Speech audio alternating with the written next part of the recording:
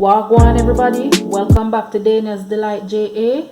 It's that time of the year when sorrel is here in abundance. So today I will be showing you how I make my version of this sorrel cake. Here are a few of the things that I'll be using. I'm using all-purpose flour, some brown sugar. I have my spices over here. I have my sorrel puree.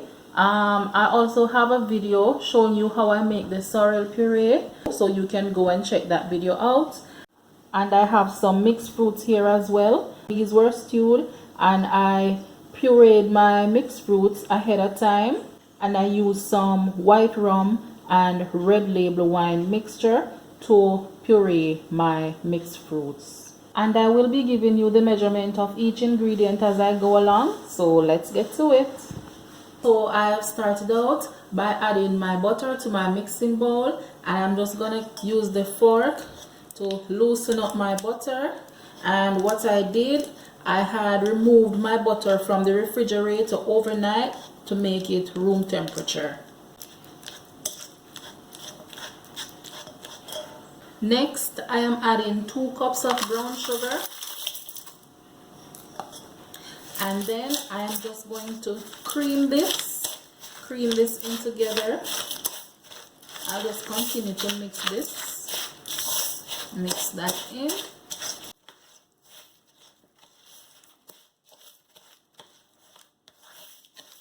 And I'll just cream the butter and sugar together real nice, like this.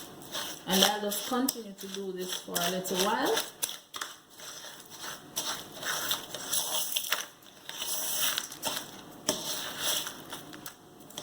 Next, I will be adding my eggs to the mixture one by one.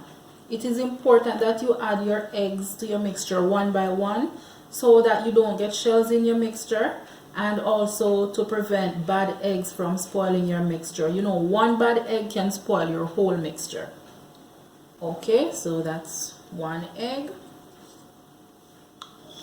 And then I mix this in.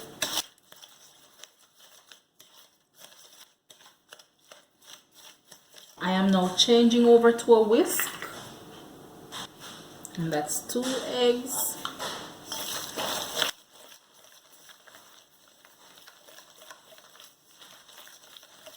Adding my 3rd egg, mix that in.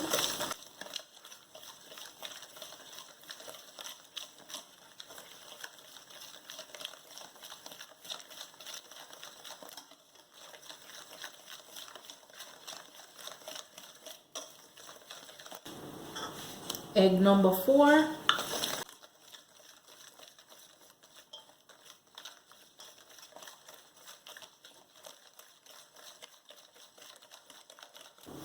And my final egg number 5.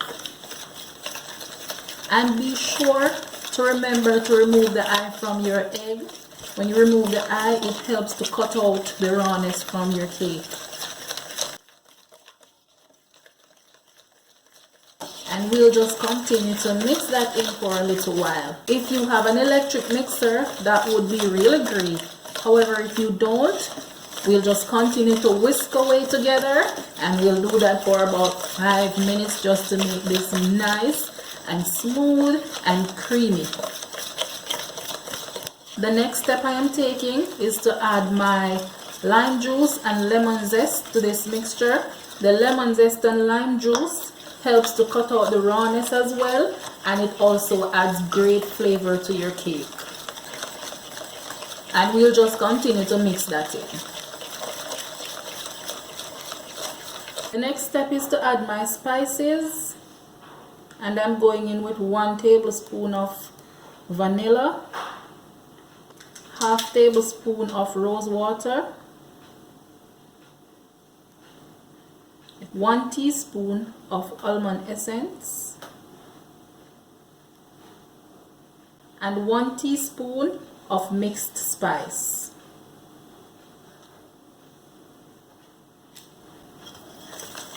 And I will just mix these in. All these spices are just packing in additional flavor. nice flavor added to your cake. I will now be adding my 1 cup of mixed fruits, and bear in mind I had pureed my fruits ahead of time. I blended it with some white rum and some red label wine, and I will just mix those in.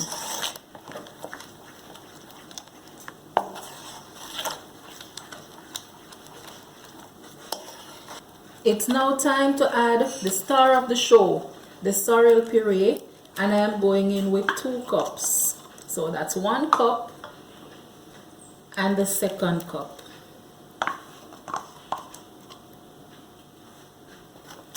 And I will just mix that in.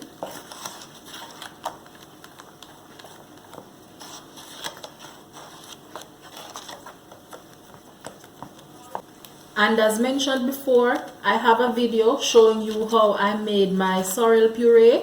The link to that video is in the description below, so you can go and check that one out.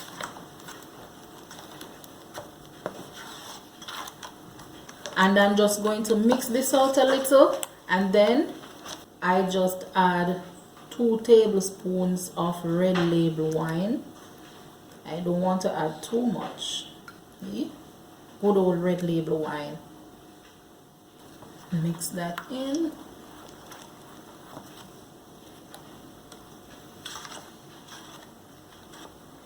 And you can add more wine to it if you like, and you can also add white rum to it if you like. But because I had already blended my fruits with rum and wine, I don't want it to be too strong with rum.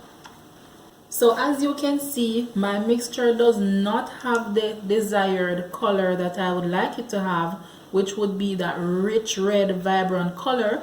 So what I'm gonna do, I'm gonna start out by adding half teaspoon of red food coloring and see what I get from there. So I'm going in with the first half teaspoon, and I'm gonna mix that in and see what it's like.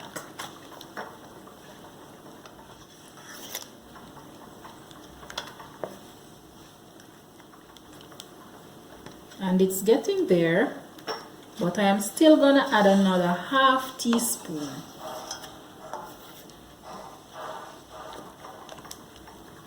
Alright, so I'm going in with my other half. So altogether, that's 1 teaspoon so far. And it does have the look that I would like it to have. So I'm gonna leave it at that, and I'll say add 1 teaspoon of red food coloring, and the food coloring I'm using is the Benjamin red food coloring. Adding the food coloring is totally optional. You don't have to add the coloring, but because I want it to have that nice rich red color, that's why I add the food coloring. After I'm done mixing in my food color, I'm just going to set this mixture aside, and then I'll move over to my dry ingredients. Okay, so now it's time to get my dry ingredients together. And now would also be a good time to preheat your oven at 350 degrees Fahrenheit. So I have here 2 cups of all-purpose flour. I have 1 teaspoon of nutmeg, a half a tablespoon of salt, 1 tablespoon of baking powder, and 1 teaspoon of cinnamon powder.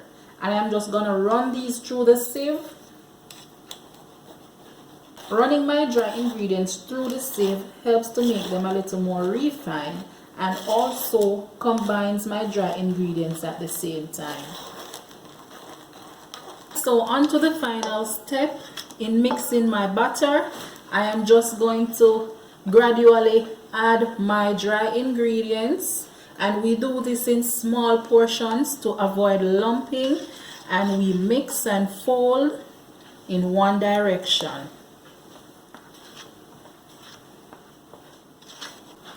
Add some more. And remember, we do this in small portions. Mix and fold.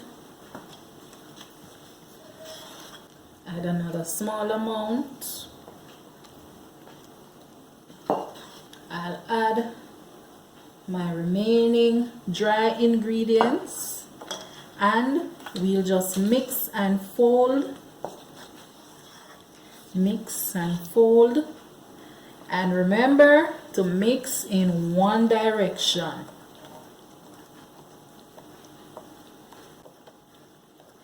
And remember guys, this is my version, so feel free to add to it or to take away from it and make it your own. Let's scrape the edges and get everything incorporated. This is a nice consistency. The color looks great and it smells great too.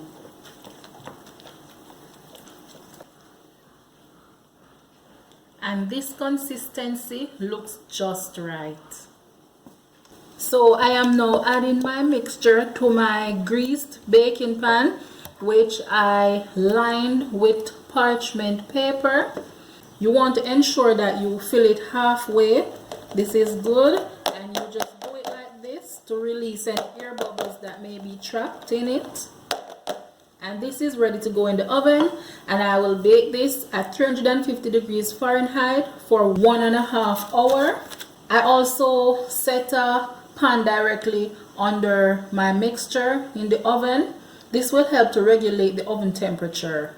About 1 hour into baking, I will turn my oven down to 300 degrees Fahrenheit so my cake will bake a little slower and come out nice and moist. Now my cake is out the oven. I am just going to spray it with some white rum and red label wine mixture. I have it in this bottle here, and I just put a spray bottle top on top of the wine bottle and just spray it and leave it to cool before I remove my cake from the pan. And there you have it, my version of the sorrel cake. Rich, moist, and full of flavor. The full recipe for the sorrel cake will be in the description below, along with my Instagram link. If you like this video and wish to see more, just subscribe to the channel, turn on the post notification bell, like, leave a comment, and share. Thank you for watching, and I will see you next time.